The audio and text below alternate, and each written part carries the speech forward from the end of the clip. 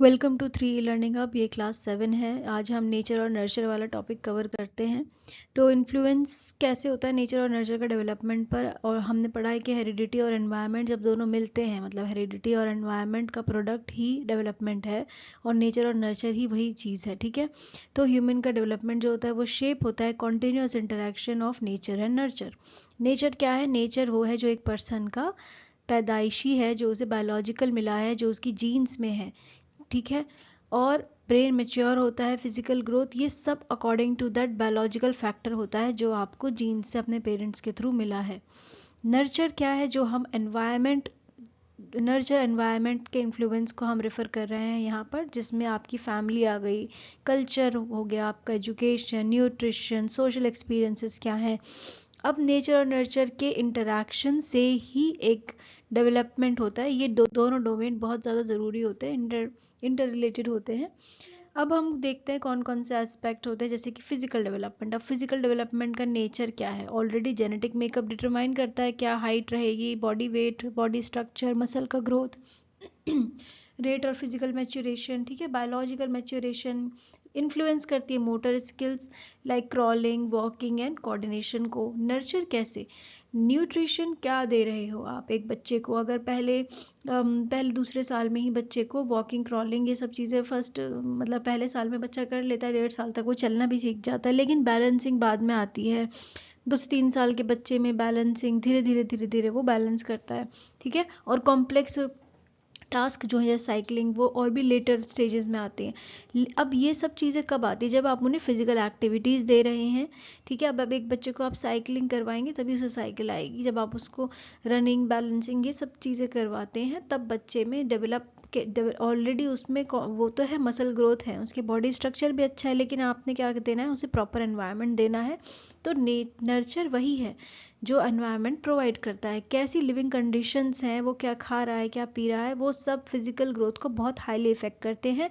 Exercise, stimulation help करते हैं growth और फाइन मोटर स्किल्स के डेवलपमेंट में। अब एक बच्चा है भाई, उसका जेनेटिक पोटेंशियल तो है, फिजिकल ग्रोथ अच्छी हो रही है, लेकिन उसका न्यूट्रिशन अच्छा नहीं है, तो वो इलनेस है, तो वो ग्रोथ को हिंडर करेगा। सेंसरी परसेप्चुअल डेवलपमेंट देखते हैं हम। नेचर क्या है? सेंसरी ऑर्गन, जैसे कि हमारी आंखें, कान, हमारा नर्वस सिस्टम, ये सब बायोलॉजिकली डिटरमाइंड होता है। अब बेसिक परसेप्चुअल एबिलिटीज़ जैसे कि देखना, सुनना, ये जन्म के वक्त पर ही प्रेजेंट होता है और ये नेचुरली डेवलप होता है। अब नर्चर कैसे इसमें अपना योगदान देता है? देखिए, एनवायरमेंटल जो है वो स्टिमुलेट करता है आपके परसेप्शन को। किस तरह? अगर आपने तीरंदाजी सीखनी है, यानी कि बो एंड एरो, आपको धनुष चलाना है, सीखते हैं ना, तो आपने उससे उसके उसमें क्या आपका काम आएगा? आपका आई हैंड कोऑर्डिनेशन।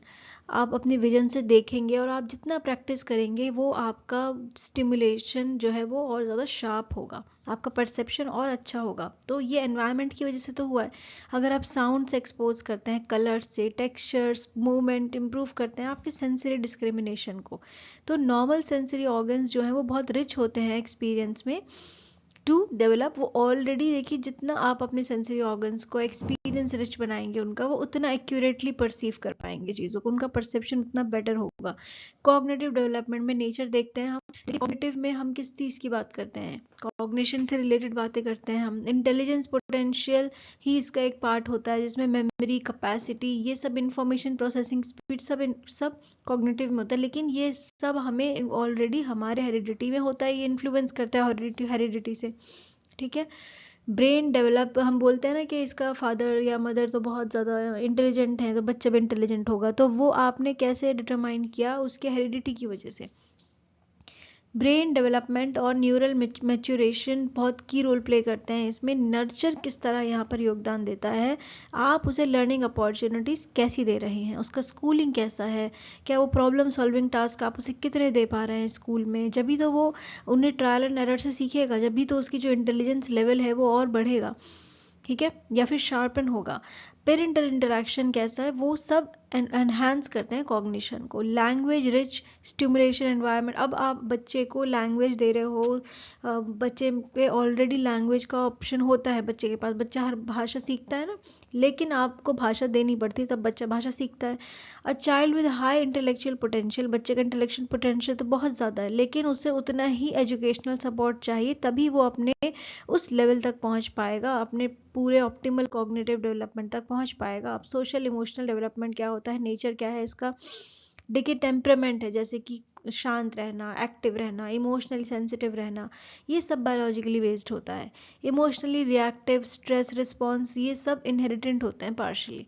अब नर्चर कहाँ पर इसका रोल होगा कि पेरेंटिंग स्टाइल कैसा है, इमोशनली सपोर्ट कितना दे रहे हैं आप बच्चे को, किससे ज़्यादा अटैचमेंट कैसा है बच्चे की, उसको कौन से सोशल एक्सपीरियंसेस में आप दे रहे हैं, और उसका इमोशनल रेगुलेशन को आप कैसे शेप कर रहे हैं, वार्म्स दे रहे हैं या नहीं, रिस्पॉन्सिव है केयर गिवर। अब ये जब बच्चे को आप अच्छा एक मतलब अच्छा एनवायरनमेंट देते हैं, उसके साथ प्यार से रहते हैं, तो वो इमोशनल सिक्योर महसूस करता है। तो ये सब पार्ट आता है नर्चर में। इंटरेक्शन, एक नेचुरली सेंसिटिव बच्चा जो है वो इमोशनल रिजाइलेंस डेवलप कर सकता है अगर उसे अच्छा सपोर्टिव नेचर मिले। लैंग्वेज और कम्युनिकेशन डेवलपमेंट, नेचर, ह्यूमन जो है बायोलॉजिकली प्रिपेयर होते हैं कि वो लैंग्वेज को एक्वायर कर सके। हमारा ब्रेन रिस्पॉन्सिबल होता है लैंग्वेज के लिए, हम जेनेटिकली प्रोग्राम है, एक्सेप्शंस आर देयर, किसी को अगर कोई किसी तरह की डिसेबिलिटी है। नर्चर, अब जितना बच्चा लैंग्वेज से एक्सपोज होगा, कॉन्वर्जेशन, स्टोरी टेलिंग होगी, सोशली बच्चा इंटरेक्ट करेगा, ये उसके लिए बहुत ज़रूरी होगा, तभी उसकी लैंग्वेज बिल्ड होगी। आप उसे जितनी लैंग्वेज देंगे, उसकी लैंग्वेज उतना रिच एनवायरनमेंट होगा, और उसकी लैंग्वेज उतनी ही ज़्यादा एनहांस करेंगी उसकी कम्युनिकेशन स्किल। अगर उसको अच्छा एक्सपोजर नहीं मिला लैंग्वेज का, तो उसकी जो बायोलॉजिकल लैंग्वेज कैपेसिटी थी वो फुल्ली डेवलप नहीं हो पाएगी, या फिर लेट डेवलप होगी। सोशल रिलेशनशिप डेवलपमेंट देखते हैं हम, नेचर।